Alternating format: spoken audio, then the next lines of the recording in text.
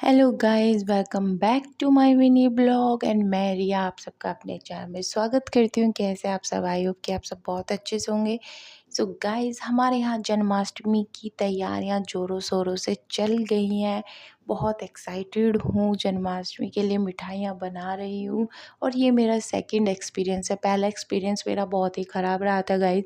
जो मैंने मिठाइयाँ बनाई थी वो प्रॉपर जमी नहीं थी एंड उसको हमें चम्मच से खाना पड़ा था। तो आज मैंने सोचा है कि 100% आज कुछ भी हो जाए, मैं मिठाइयाँ ऐसी बनाऊंगी कि वो जमेंगी और कोई मुझ पे हंसेगा भी नहीं।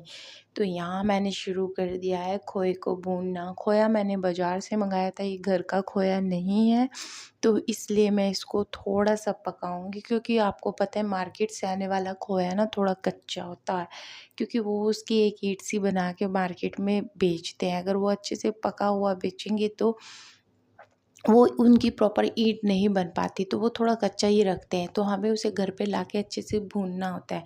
अगर हम उसको नहीं भूनेंगे तो उसमें एक अलग ही स्मेल हो जाती है और मिठाइयाँ भी जल्दी ख़राब होने का डर रहता है।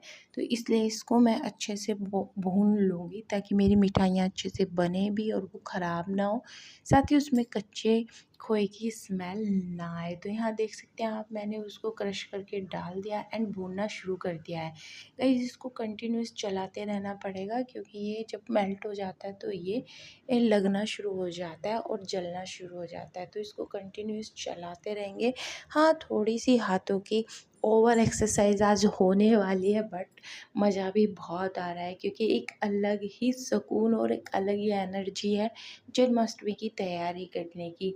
क्योंकि जन्माष्टमी हमारे यहाँ बहुत धूमधाम से मनाया जाता है। हमारे इंडिया में बहुत ही अच्छा और बहुत ही एनर्जीफुल त्योहार ये माना जाता है। ठीक है जी, तो यहाँ मैंने खोए को भूनना शुरू कर दिया है एंड गैस को कर दिया है सिम। इसके बाद मैंने लिए हैं 2 लौकी और उनको अच्छे से वॉश कर लिया ताकि कुछ भी गंदगी ना हो, क्योंकि भैया ये सिर्फ मिठाई नहीं है, ये प्रसाद है हमारे लड्डू गोपाल का। तो इसको तो बनाना बहुत सफाई से बहुत ज़रूरी है।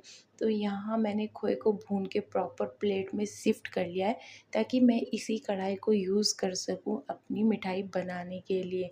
तो आप देख सकते हैं हल्की सी एक पिंकनेस खोए पे आ गई है, इसका मतलब ये प्रॉपर भुन चुका है।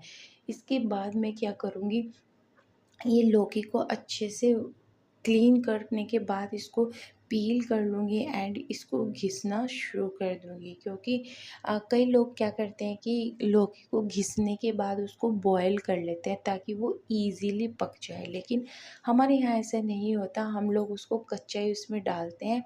और अगर आप भी बॉयल करके देखते हैं तो एक बार मेरे कहने से इसको कच्चा इसमें डाल के देखिए। जब ये इस चीनी की चाशनी के साथ पकेगा ना गाइस, इसका एक अलग ही फ्लेवर आएगा, बहुत अच्छा इसका फ्लेवर आएगा और आपको लगेगा कि हाँ, हम कुछ स्पेशल मिठाई खा रहे हैं। हमारे यहाँ तो जी ऐसे ही बनाया जाता था।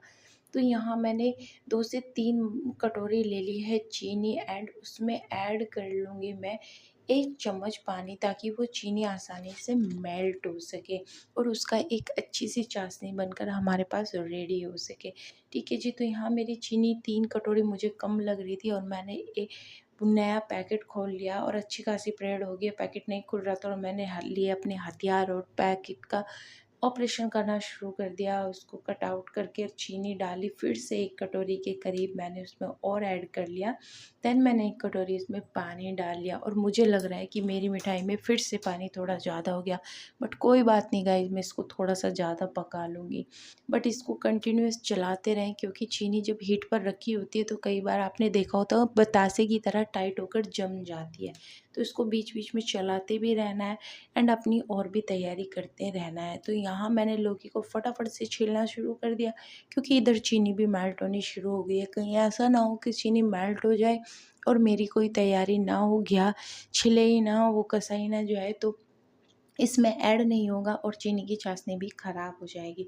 तो फटाफट से छील लिया है लौकी को, अब इसको ग्रेटर की हेल्प से ग्रेट करना स्टार्ट कर दिया। तो लगातार इसको घिसते रहो। आज तो भैया बढ़िया एक्सरसाइज हो रखी है, कभी एक कढ़ाई में करछी चलानी पड़ रही है तो कभी कुछ, लेकिन बहुत मज़ा आ रहा है। आप सब भी मुझे कमेंट करके ज़रूर बताइए कि आप सब ने अपने घर पर किस तरीके से जन्माष्टमी मनाई एंड क्या क्या चीज़ें आपने की और कौन कौन सी मिठाइयाँ मिठाइयाँ आपने बनाई या आपके घर कौन सी मिठाई सबसे ज़्यादा खाई और बनाई जाती है। हमारे यहाँ तो यहाँ की लौज बनाई जाती है एंड बहुत सारी मिठाइयाँ बनाई जाती है, लेकिन मैं इस ब्लॉग में एक ही मिठाई बना रही हूँ।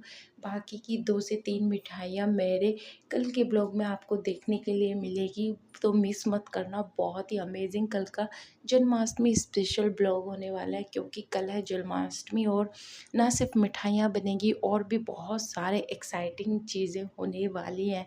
तो देखने के लिए और उन सारी चीज़ों से जुड़ने के लिए आपको ब्लॉग में बने रहना होगा एंड कल का ब्लॉग ज़रूर देखना होगा। कल का ब्लॉग देखना बिल्कुल ना भूलें।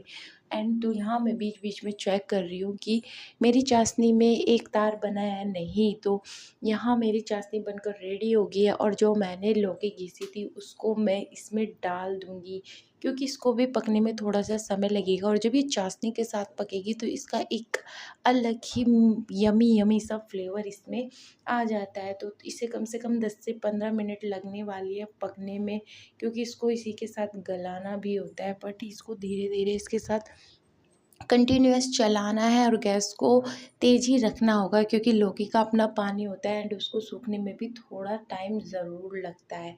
तो यहाँ मैं देख रही हूँ कि इसमें कितना पानी है कितना नहीं, अभी इसमें एक तार बनना शुरू हुआ है या नहीं।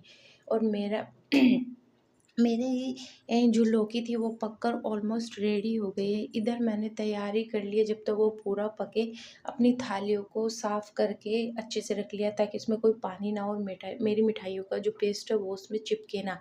इसके बाद मैं इसमें अच्छे से देसी घी की कोटिंग कर लूँगी, ताकि जब मैं मिठाइयों को निकालूँ तो वो ईज़िली रिमूव हो सके। देन अगेन मैं इस चाशनी को एक बार चेक करूँगी और ये डन हो चुकी है। आप देख सकते हैं ग्रीन ग्रीन सा कितना अच्छा सा कलर भी इसमें आ गया और एक तार की चाशनी भी बनकर हो गई है रेडी। और लौकी भी बहुत अच्छे से इसमें मर्ज हो चुकी है, मीन्स गल चुकी है। अब मैं इसमें डाल लूँगी खोया, ताकि मेरी एक अच्छी सी बर्फ़ी बनकर हो जाए रेडी। खोए को डालने के बाद इसको कंटिन्यूअस चलाना पड़ेगा थोड़ी देर, ताकि इसमें कोई भी लम्स ना रहे। एंड इधर मैंने थालियों पर कर ली है देसी घी की मोटी मोटी सी कोटिंग, ताकि वो ईज़िली रिमूव हो जाए, क्योंकि लास्ट टाइम मेरा शायद थालियों में घी भी कम रह गया था और मेरी चाशनी में शायद पानी ज़्यादा था, वो प्रॉपर पकी नहीं थी या क्या हुआ, वो जमी भी नहीं थी। लेकिन मैं इस बार वो सारी गलतियाँ बिल्कुल नहीं करना चाहती और खोया डालने के बाद भी मैं इसको 5 से 10 मिनट अच्छे से स्टेयर कर लूँगी। लेकिन इसको कंटिन्यूस स्टेयर करना पड़ता है गाइज़, नहीं तो ये नीचे लग जाता है, क्योंकि खोया दूध से बनता है और दूध बहुत जल्दी आंच पर जाने के बाद जम जाता है। तो यहाँ मैं इसके लम्स खोल रही हूँ, ताकि कोई भी लम्स उसमें ना रहे और मेरी मिठाइयाँ एकदम बेस्ट बन के रेडी हो। मैंने कोई कसर नहीं छोड़ी इस मिठाई को अच्छे से बनाने में, क्योंकि भाई जन्माष्टमी है एंड यहाँ मेरा हाथ भी जल गया। आप देख सकते हैं उस पर जो फुदक रहा था, उसमें जो बॉयल आ रहा था और उससे मेरे हाथ पर छींट लग गई और मेरा हाथ भी जल गया है। अब ऑलमोस्ट मेरी ये चाशनी बनकर रेडी होगी और इधर पतिदेव पानी मांग रहे थे, तो मैंने उनको गिलास दिया और बोला अभी मैं नहीं कर सकती, मैं बिज़ी हूँ, तो आप खुद ले लें, क्योंकि मुझे ये निकालना, ये बन गया है और ये रेडी हो चुका है। देखिए मैं इसको शिफ्ट कर रही हूँ थालियों में एंड बहुत गर्म है, बहुत सावधानी से करना पड़ रहा है, हाथ भी जल रहा है।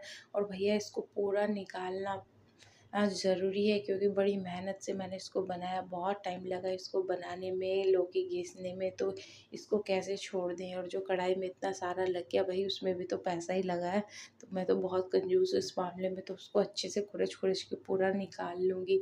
और साथ ही मेरा मिठाई बनाने का पहला एक्सपीरियंस ख़राब हो गया था, ये दूसरा मैं इसको बिल्कुल ख़राब नहीं करना चाहती और कोई कमी नहीं छोड़